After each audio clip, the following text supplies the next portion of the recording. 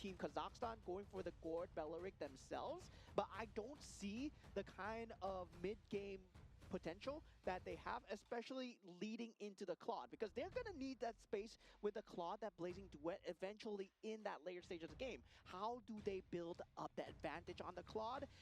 And I don't see the Belarik being the key player behind that. I don't think it is, honestly. The main thing is, or rather, the main question is, how are they transitioning? That is always going to be the main question. This Khalid is going to be number one, really annoying. Especially since we do want, as a Baxia, to kind of roam a lot faster, right? You want to finish clearing out your own jungle and then move over to the opponent's jungle to kind of spy things a little bit. You want to move from lanes to lane a little bit, but you also require your own team to be fast moving, which unfortunately God as well as the Belarik does not really fit the bill all that well. Yeah, Fovia is still doing extremely well against that Terizla on that 1v1 as well. Now we do have that 4-member already stacked up on that middle side. Serik not landing the second skill so far, but still, he is behind them, and that's going to be a free first blood coming in for the side of Team Kazakhstan. Yep, totally understandable. With the amount of damage that they have in the laning phase, they can melt down quite a lot of these members. Even for the side of Morojon, he would just go down if Kazakhstan just didn't care about anything at all. Yeah, and that's going to be a huge problem because, yeah, at the same time, they have that late game with Claude, but it's always about just having that first capability, right? That first in.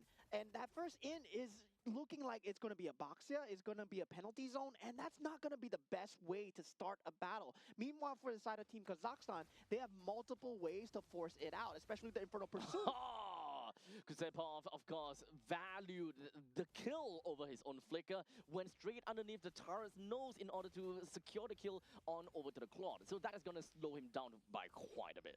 Yeah, elimination secured for the side of Team Kazakhstan. So far, they've been doing a stellar job of that first game. We see the skill difference coming in for the side of Team Kazakhstan. And really, gotta say, they've been handling these objectives extremely well. Their timings on these objectives, they're just on point. And Team Tajikistan, they've been one step behind all the way. Yep.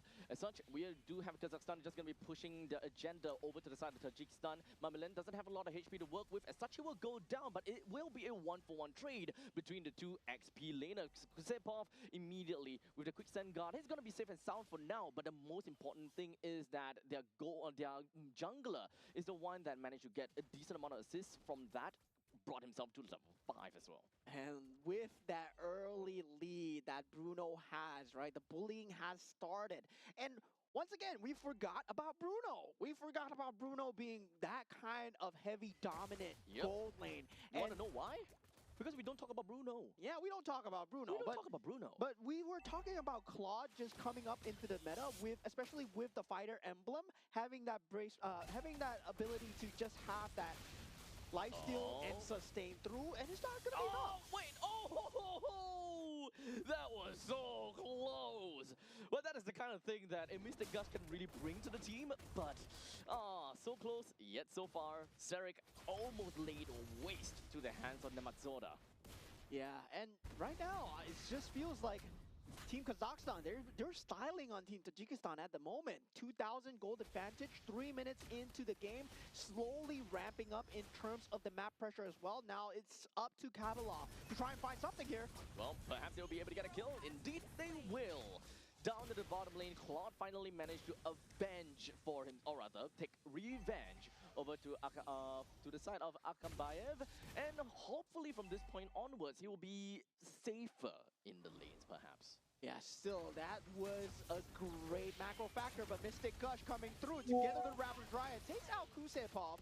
But at this stage of the game, using so much utility just for that roam kill, I would say, not the worst, but this turtle fight becomes object in question, right? If Serik gets close enough, oh, that could have been bad. That could have been. mplply was literally right at the edge there and could have went pretty bad.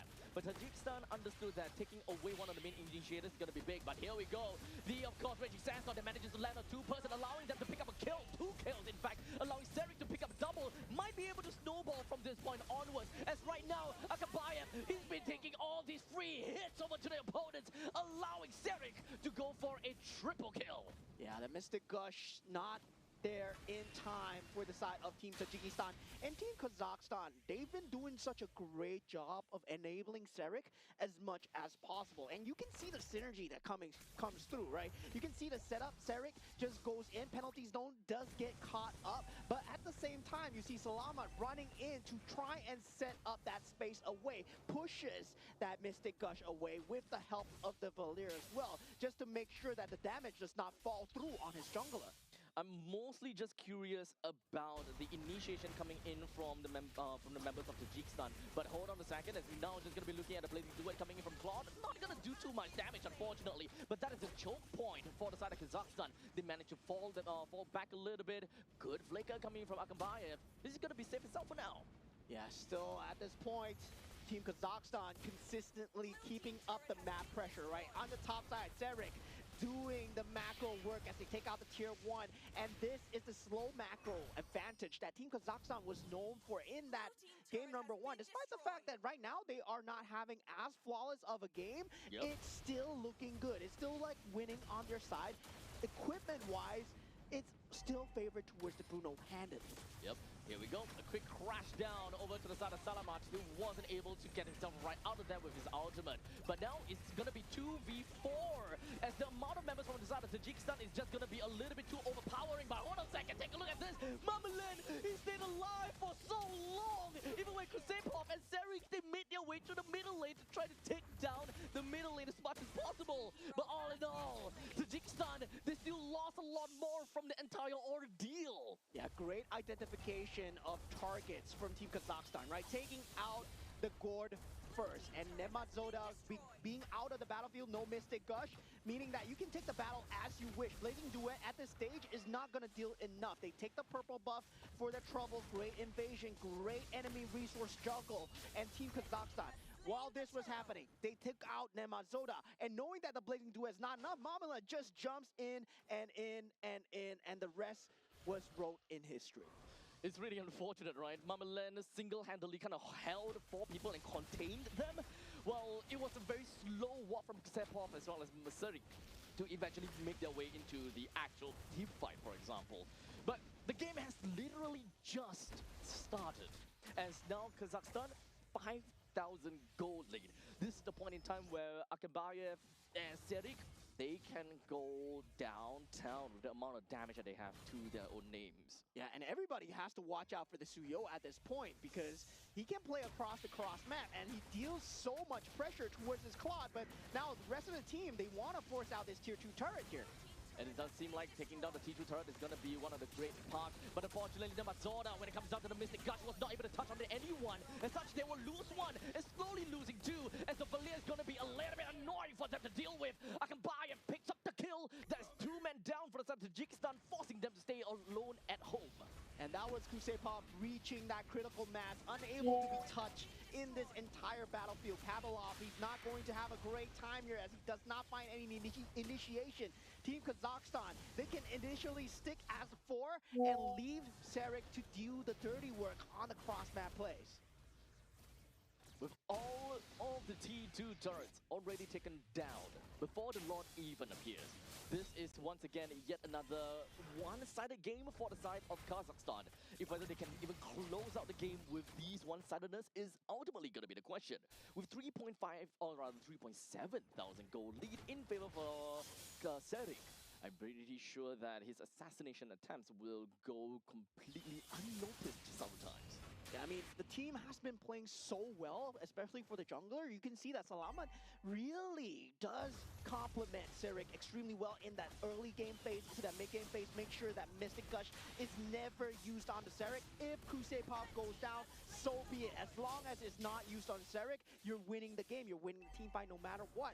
And Serik, he has been the bane of Team Tajikistan's existence since game 1. And now game 2, he's proving it even further. Yeah, it's really difficult for Tajikistan to get themselves kind of out of this ditch, right?